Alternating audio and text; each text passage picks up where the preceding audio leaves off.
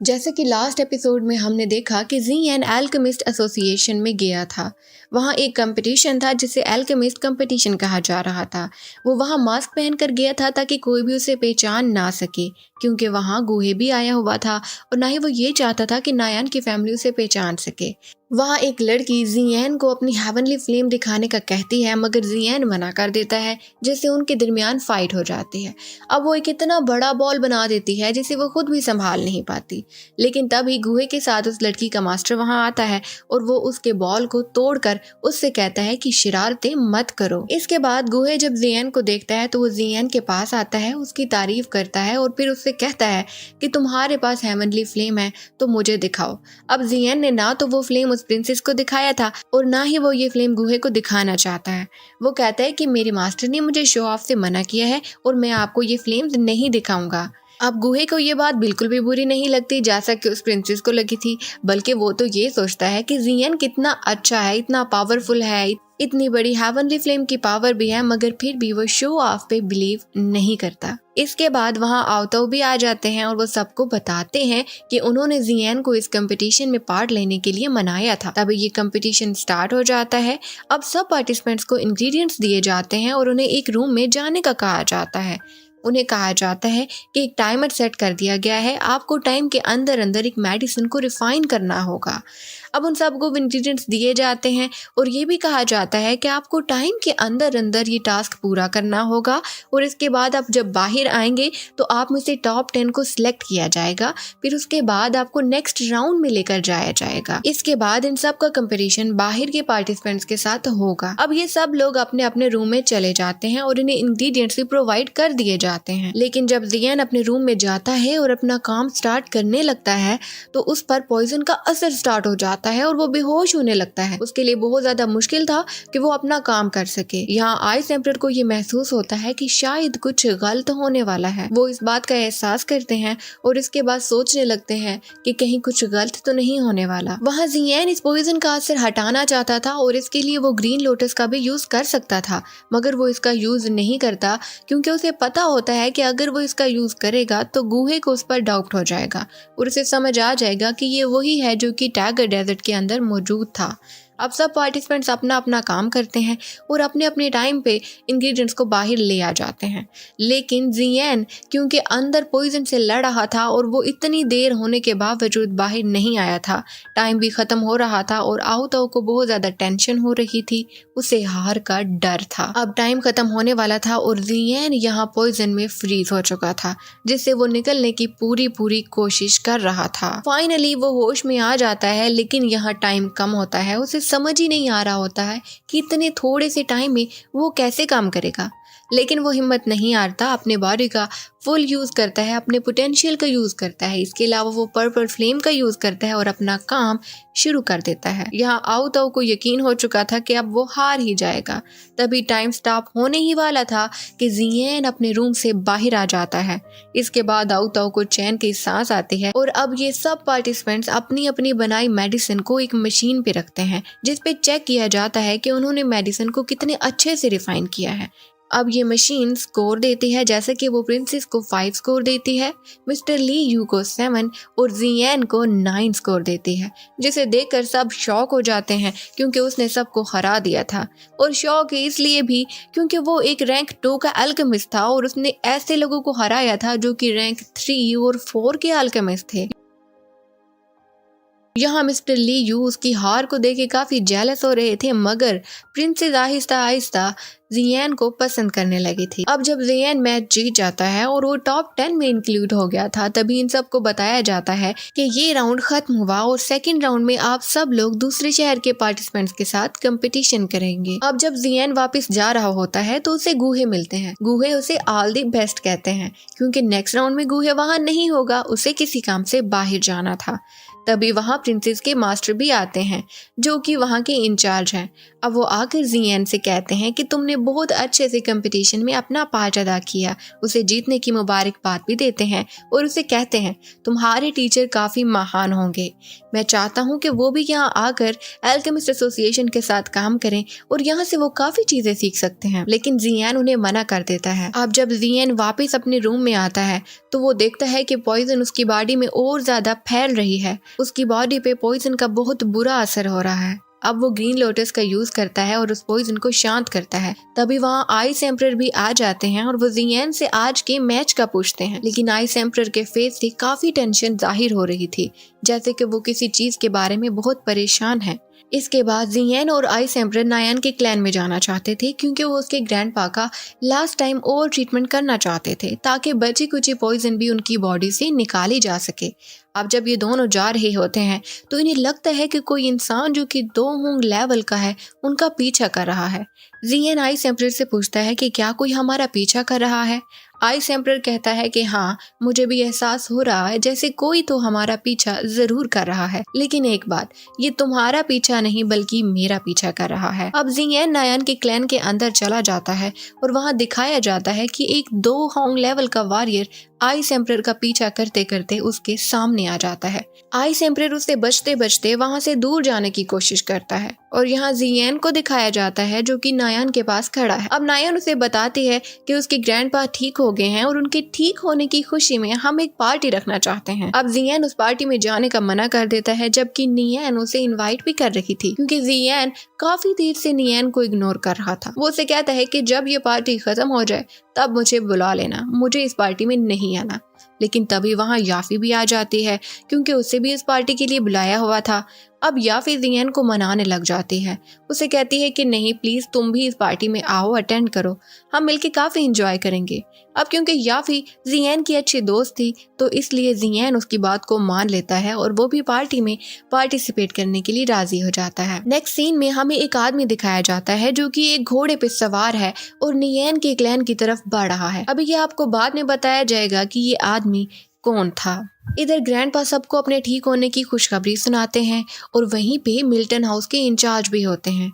वो जियान के पास आते हैं और उससे कहते हैं अगर तुम्हें कोई भी हेल्प चाहिए होगी तो मुझसे तुम हेल्प ले सकते हो। अब ग्रैंडपा इस बात से काफी जेलस फील करते हैं क्योंकि वो ये नहीं चाहते थे कि जियान मिल्टन फैमिली का दोस्त बने। वो जानते थे कि मिल्टन फैमिली अच्छी नहीं है, इसलिए वो जेलस होते हैं।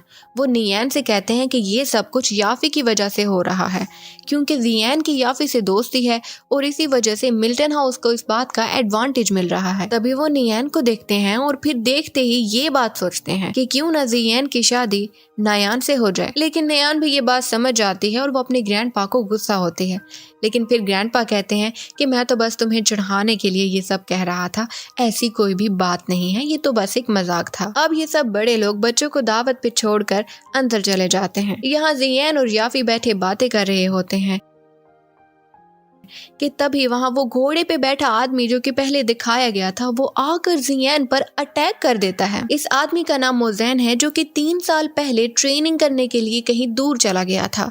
इसने ये बात कह दी थी कि कोई भी अगर याफी के पास भी आएगा तो मैं उसे जान से मार दूंगा। एक्चुअली में मिस्टर ली यू ने एक इविल प्लान बनाया था। उसने हर तरफ ये खबर फैला दी थी कि याफी और जियान का चक्कर चल रहा है। अब ये बात उसने किसी न किसी तरह मोज़ैन तक पहुंचा दी थी जो कि गुस्से में अब जियान पर अटैक करने के लिए आ गया है। अब वो जियान पर अटैक करता है, जियान उसे बचने की कोशिश करता है और फिर उस पर भी अटैक करता है। इन दोनों के दरमियान एक आइकॉनिक लेवल की फाइट स्टार्ट हो जाती है और वहाँ प्रिंसेस और ली यू इस फाइट के मजे ले रहे थे। उन्हें ये नहीं पता था कि जियान भी लड़ना जानता है। अब जियान भी रिटर्न में फाइट करता है और मोज़ैक उसे हरा नहीं पाता। तभी वो अपने अंदर की सारी एनर्जी को इकट्ठा करता है ताकि जियान पर अटैक कर सके। लेकिन अब जब वो अटैक करने ही वाला था, नियान आती है और वो मोज़ैन को रोकने की कोशिश करती है। मोज़ैन नहीं रुकता और तब नियान लड़ाई के बीच में कूद जाती है और मोज़ैन को रोक देती है। अब मोज़ैन जियान से कहता है कि मैंने तुम्हें नायान की वजह से रोक दिया है, वरना मैं तुम्हें छोड़ने वाला तो नहीं था, पर अगर नेक्स्ट तुम याफी के करीब भी आए तो मैं तुम्हें जान से मार दूंगा। अब जियान उसकी ये बात इग्नोर करके उससे कहता है कि मैं तो तुमसे फाइट करने के लिए अभी भी रेडी हूँ, अगर तुम मुझसे लड़ना चाहते हो तो तुम आ सकते हो। अब ये सब बातें चल ही रही थी कि ग्रैंडपा भी वहाँ आ जाते हैं, लेकिन उन्हें देखकर मोज़ैन तो जैसे भीगी बिल्ली ही बन जाता है क्योंकि मुजैन मो फैमिली से बिलोंग करता है और अगर उसने नायान की फैमिली से पंगा लिया तो उनकी फैमिली बर्बाद हो जाएगी।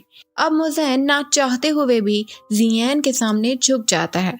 इसके बाद ग्रैंडपा और मिल्टन का इंचार्ज जियान की तारीफ करने लगते हैं। अब मिल्टन हाउस का इंचार्ज जियान से कहता है कि तुम हमारे हाउस से ऐसी मेडिसिन ले सकते हो जिससे कि तुम्हारी कल्टीवेटिंग स्पीड बढ़ जाएगी। एक्चुअली में ये दोनों जियान को इम्प्रेस करना चाहते थे। ये दोनों ही चाहते थे कि जियान जैसा पावरफुल इंसान उनकी टीम में शामिल हो जाए। दूसरी तरफ हमें आइस एम्परर को दिखाया जाता है जो कि उस वॉरियर से लड़ रहे थे जो कि 2 होंग लेवल का था। अभी तक हमें ये नहीं बताया गया कि वो आदमी कौन था जिससे कि ये दोनों लड़ रहे थे, मगर वो भी काफी पावरफुल था।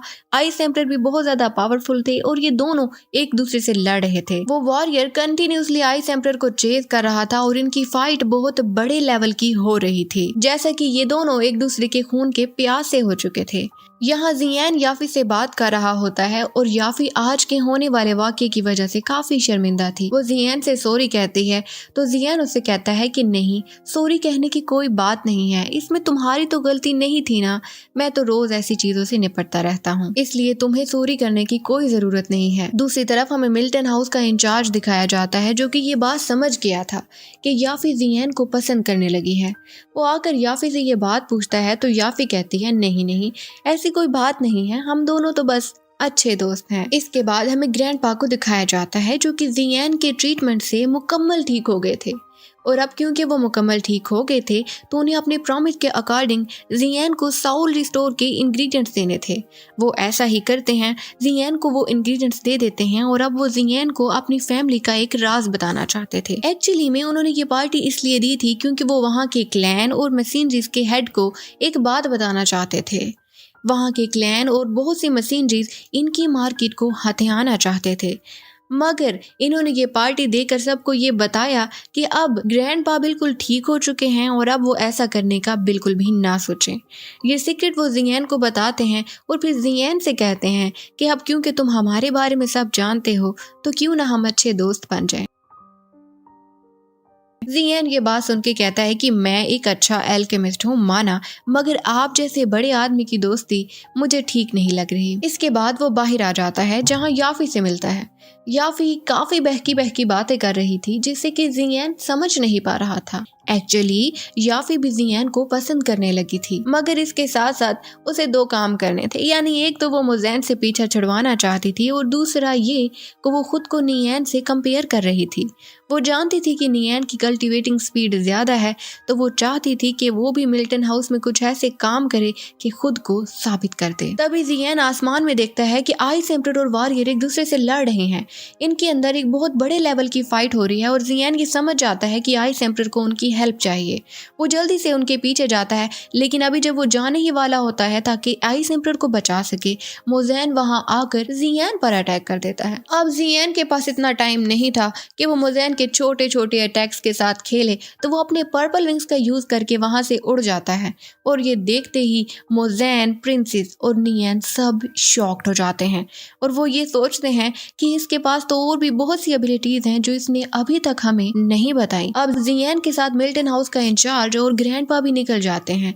ये फाइट इतने बड़े लेवल की थी कि हर कोई इसे देख रहा था। अब जब ये फाइट को रोकने के लिए जा रहे होते हैं तो तब मिल्टन हाउस का इंचार्ज बताता है कि इनमें से एक आइस एम्परर है जो काफी टाइम से छुपा हुआ था। ये 2 होंग लेवल का है, लेकिन इसे एक लड़के ने आजाद करवाया है। और फिर वो ये भी बताता है कि दूसरा वॉरियर जो कि इनसे लड़ रहा है उसका नाम जिया जिंगशियान है। ये दोनों एक दूसरे से लड़ ही रहे थे कि तब जिया जिंगशियान एक बहुत बड़ा फायर बॉल बनाता है और आइस एम्परर पर छोड़ने ही वाला होता है, तो आइस एम्परर अपने हथियार डाल देते हैं और वो कहते हैं चलो बस करो, मेरे पास इतनी स्ट्रेंथ नहीं है, लेकिन जब मेरे पास ये स्ट्रेंथ आई तो हम ये खेल दोबारा स्टार्ट करेंगे। इसके बाद जिया जिंगशियान हंसने लगता है और आकर आइस एम्परर के गले लग जाता है। मतलब कि ये दोनों पुराने दोस्त थे और काफी टाइम से एक दूसरे को नहीं मिले थे और आज बहुत टाइम के बाद एक दूसरे से मिलकर खेल खेल रहे थे और एक दूसरे की एनर्जी को चेक कर रहे थे। और यहीं पर ये एपिसोड एंड होती है। नेक्स्ट एपिसोड में दिखाया जाता है कि इन दोनों की फ्रेंडली फाइट ओवर होती है और इसके बाद सब लोग मास्टर जियाओ का वेलकम करते हैं। एक्चुअली में आइस एम्परर और मास्टर जियाओ हर तरफ फेमस थे। इन दोनों का दोहोंग लेवल था और इसके अलावा ये बहुत ज्यादा पावरफुल थे। अब जब जियान मास्टर जियाओ से बात करने लगता है तो वो उस पर अटैक कर देते हैं।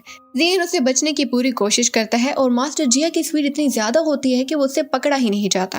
अब जियान पूरी तरह से फोकस करता है और आखिरकार उनका हाथ पकड़ ही लेता है। मास्टर जिया समझ जाते हैं कि जियान कितना पावरफुल है और ये कोई ऐसा वैसा लड़का नहीं है, इसमें कोई ना कोई खास बात तो जरूर है। इसके बाद जियान आइस एम्परर से कहते हैं कि मुझे इंग्रेडिएंट्स मिल चुके हैं, अब हमें वापस जाना चाहिए।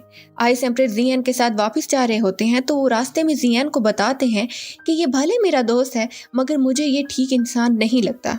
आइस एम्परर बताते हैं कि इसकी सच्चाई तो ये है कि इसके बड़ी बड़ी फैमिली से राब्ते हैं और जब इसे पता चला कि मेरे ताल्लुकात भी मिल्टन फैमिली से बन रहे हैं तो ये बहुत ज्यादा जेलस हो गया। इसे इस बात का डर होने लगा कि कहीं मैं उसे इस शहर से निकलवा ना दूं। और जब इसने तुम पर अटैक किया था तो इसका मकसद भी ये था कि ये जानना चाहता था कि मेरे पास कितने पावरफुल वॉरियर हैं। अब जब जियान घर आता है तो वो सब इंग्रेडिएंट्स को इकट्ठा करता है और पिल बनाने लगता है। आखिरकार वो इस पिल को बना लेता है जिससे कि वो अपनी साउल पावर को रिस्टोर कर सकता था। अब जब वो ये पिल बनाता है तो उसकी साउल पावर रिस्टोर होने लगती है, लेकिन फिर भी वो इतनी रिस्टोर नहीं होती कि वो अपने मास्टर को जगा सकता।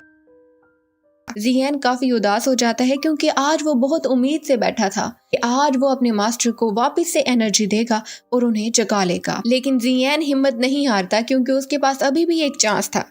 चांस ऐसे कि अल्केमिस्ट एसोसिएशन में जो कंपटीशन हो रहा है इसमें जो प्राइज मिलेगा उससे वो एक ऐसी पावरफुल पिल बना सकता है कि जिससे वो अपनी साउल को अच्छे से रिस्टोर कर सकता था और फिर अपने मास्टर को जगा भी सकता है। इसके बाद जियान के फादर दिखाए जाते हैं जो कि शहर की तरफ आ रहे हैं। उन्हें एक आदमी दिखाता है जो किसी से बचकर भाग रहा है। वो जिनसे बचकर भाग रहा है वो दिखने में रोबोट लगते हैं। जियान के फादर उस आदमी को बचाने की कोशिश करते हैं और जाकर उनसे लड़ना स्टार्ट कर देते हैं। ये रोबोट्स काफी ज्यादा पावरफुल थे।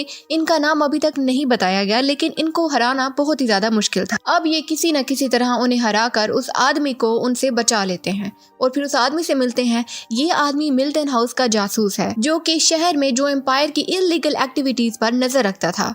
जो एम्पायर इस शहर का ही दुश्मन है और वो इसे बर्बाद करना चाहता है। हम उस शहर की बात कर रहे हैं जहां पर अल्केमिस्ट एसोसिएशन यानी कि अल्केमिस्ट का कंपटीशन हो रहा है। अब जिहान यानी कि जियान के फादर उस आदमी से याफी का पता पूछते हैं ताकि वो उससे जाकर मिल सकें। यहाँ जियान को कंपटीशन में दिखाया जाता है जहाँ पे सब पार्टिसिपेंट्स को बताया जा रहा है कि कंपटीशन के 2 राउंड है। जो भी पहले वाले राउंड को जीतेगा उसी को सेकंड राउंड में प्रमोट किया जाएगा और फिर जो सेकंड राउंड में प्रमोट होंगे उनमें जीतने वाले को ही प्राइज दिया जाएगा। अब ये कंपटीशन स्टार्ट होने वाला था और जीतने वाले को ही वो इंग्रेडिएंट्स दिए जाएंगे जिससे कि पावरफुल पिल तैयार की जा सकती है। और यहीं पे ये एपिसोड खत्म हो जाती है।